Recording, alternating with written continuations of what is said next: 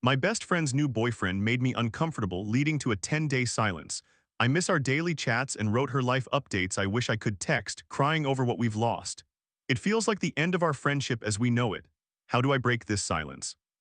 TLDR, my best friend, whom I normally text 24 hours a day, and I have not communicated in 10 days due to tension between me and her boyfriend. How can I break the silence? A 25-year-old female and my best friend, also a 25-year-old female, have known each other since late 2022. We met through the same post-undergraduate program and formed a very close bond.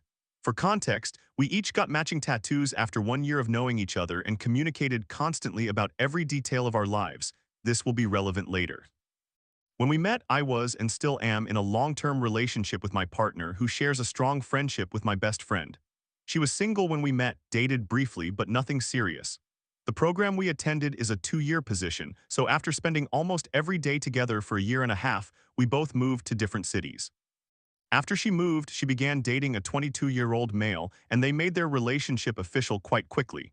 Before I delve into some of the details, I want to clarify that he is a wonderful person. He deeply admires her, and I have witnessed how happy he makes her. Another important detail is that this is their first serious relationship for both of them. I visited her shortly after they began dating and met him. We got along fairly well, although we did not spend much time together since I was primarily there to see her, and their relationship was still new at that point. Since that visit, life has honestly been very challenging for my friend.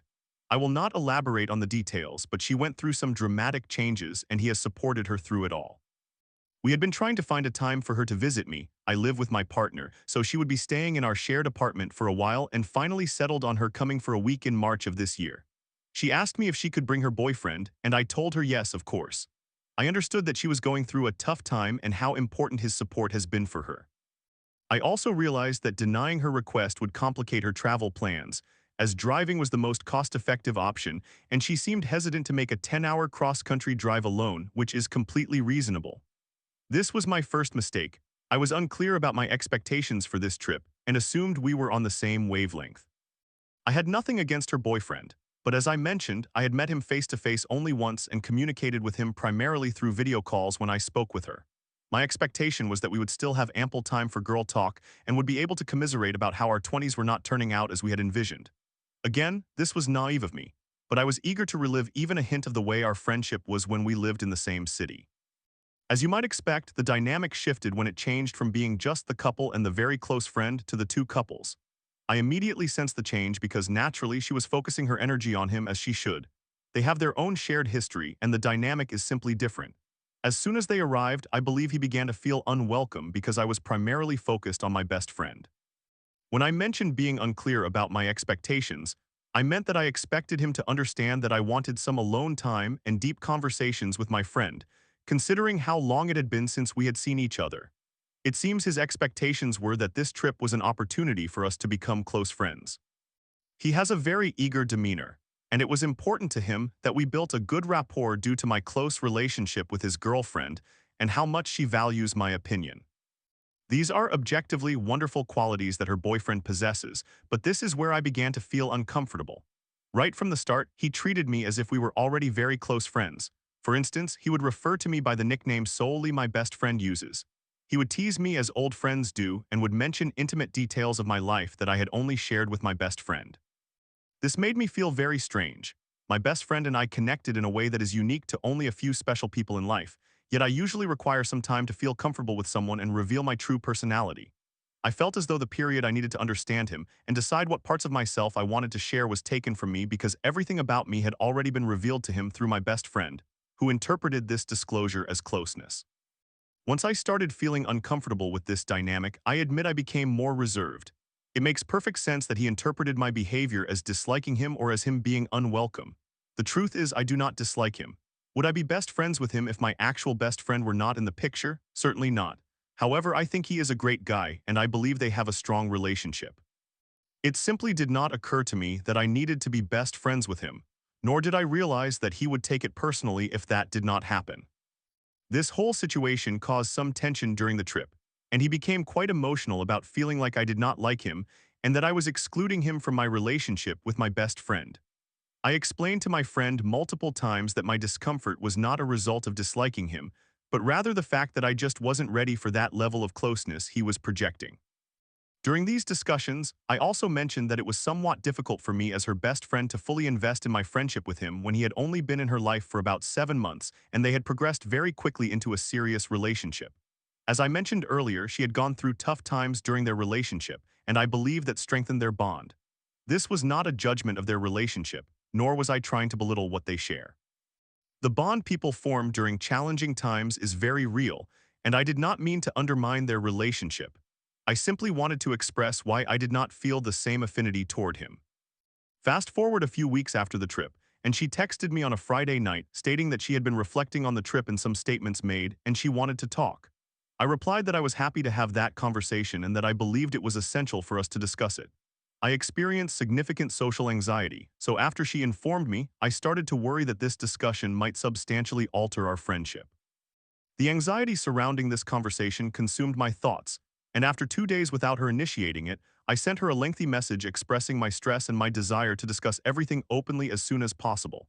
She completely understood and apologized for leaving me hanging. She had unexpected family drama immediately after our communication and had been unable to prioritize our conversation, which I comprehended fully. However, it has now been approximately 2.5 weeks since that exchange. We texted a little about unrelated topics for a few days as I awaited her to initiate the conversation, but she never did. Now, it has been 10 days since I last received any communication from her. I understand that 10 days is not an unusually long time and that it is generally normal not to speak with someone, even a best friend, during that length of time. However, we typically text literally every hour of every day. I am not exaggerating. Even after we relocated to different cities, this was our established pattern.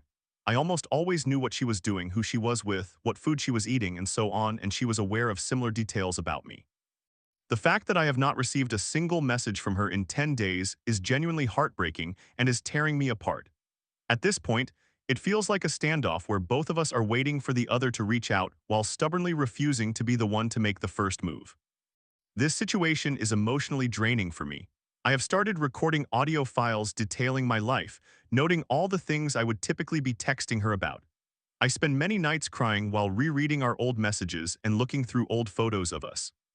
Part of why this is so impactful for me is that I was already feeling insecure about how our relationship was changing when she began dating someone, and now I fear this might signify the end of our friendship as we once knew it, not in the sense of no longer being friends, but in terms of how much we share with each other.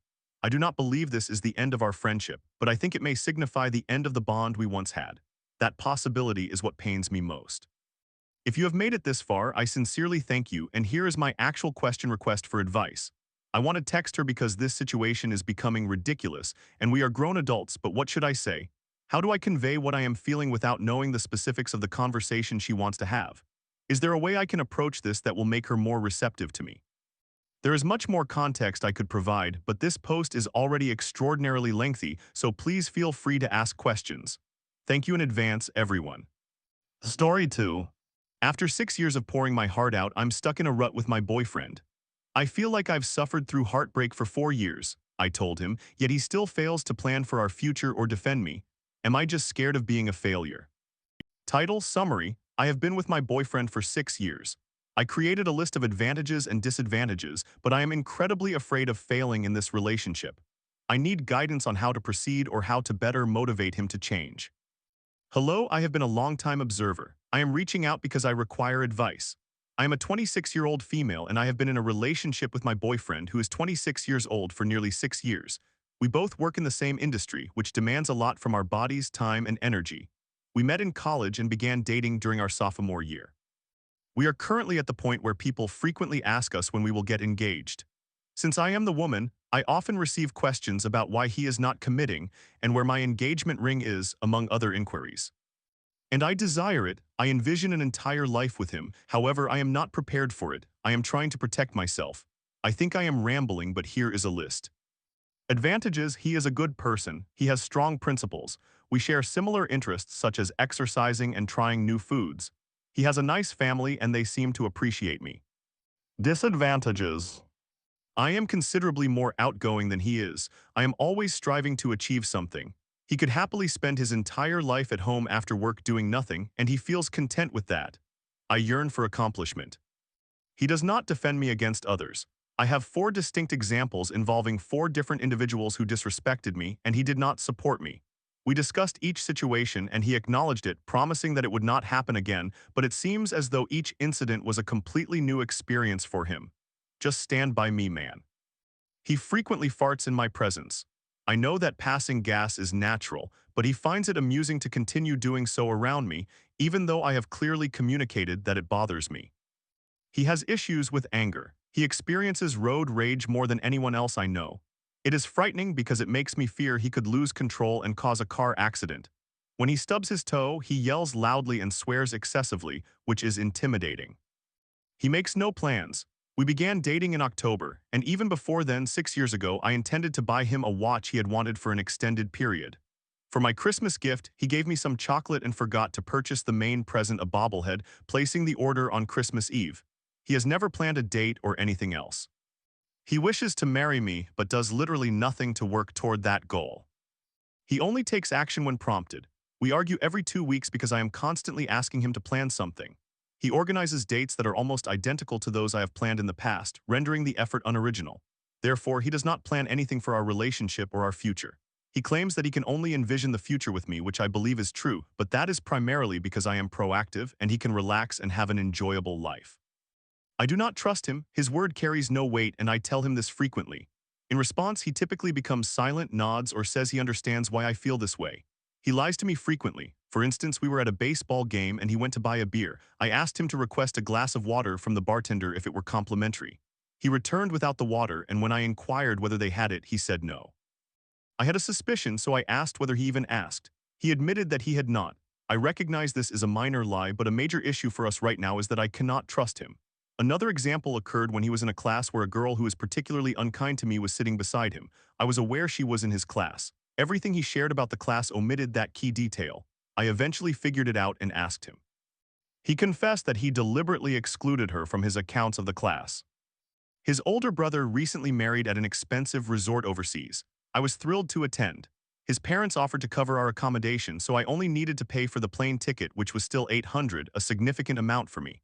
I ultimately decided not to go based on the principle that I did not trust him, although I truly wanted to attend. We argued frequently, and he expressed that he did not want to go alone. I ended up attending and had a wonderful time, but I continually regret going. He is inconsistent. We argue every 2 weeks, during which I clearly express my needs, more effort in planning for us, regular meetings to discuss our relationship and our budget, and time and plans. He never follows through. He lacks goals. I have to push him immensely to branch out. He merely articulates vague aspirations, such as wanting to enter project management, but when asked what steps he has taken to achieve that, he cannot provide specifics. He has no hobbies. Both of us graduated from a reputable college. I know he is intelligent. However, he spends all his free time wasting time on Instagram. He does not take care of me voluntarily. He only does so when I ask or when he realizes he has made a mistake. At that point, he makes grand statements about how he does not deserve me and how wonderful I am, leading me to think, why cannot you treat me that way consistently? He frequently feeds me utter nonsense. He cannot think critically on his own, even though his job requires it, and he mistakenly believes he can. He tends to force his way through situations. I tell him not to deceive me, but he persists. We work in the same profession, yet I do my best to avoid making my work my entire life. I have numerous other interests, but he solely talks about his job. From what I gather, we earn the same salary. He does not excel in his role. Since this is a male-dominated field, I feel he wants to improve, yet I would not want to work with him based on his depiction of his work style. I have suggested he attend therapy. Again, he is not consistent. He merely stated he would speak with a pastor back home, which is acceptable, but I am certain that never happened. He has significant digestive issues, likely due to irritable bowel syndrome, but he takes no action to address it. We are in a profession that requires physical fitness, and while he is not unfit, he maintains an unhealthy diet. He is inconsistent with his eating habits and uses numerous condiments on his food that, as he puts it, due to his childhood as an overweight child, are harming his cholesterol and worsening his digestive problems. However, his stomach issues seem to intensify just before we engage in activities he does not want to do, like going to garage sales together. He continues to assert that our problems arise solely because we have different love languages. His primary love language appears to be physical touch, possibly coupled with words of affirmation. However, I feel repulsed when he touches me, and why would I affirm his actions if he consistently lies to me and is inconsistent? He consistently maintains a negative attitude. When I address it, he denies it, saying, "No, I do not, so what is my recourse?" He tends to be pessimistic about everything.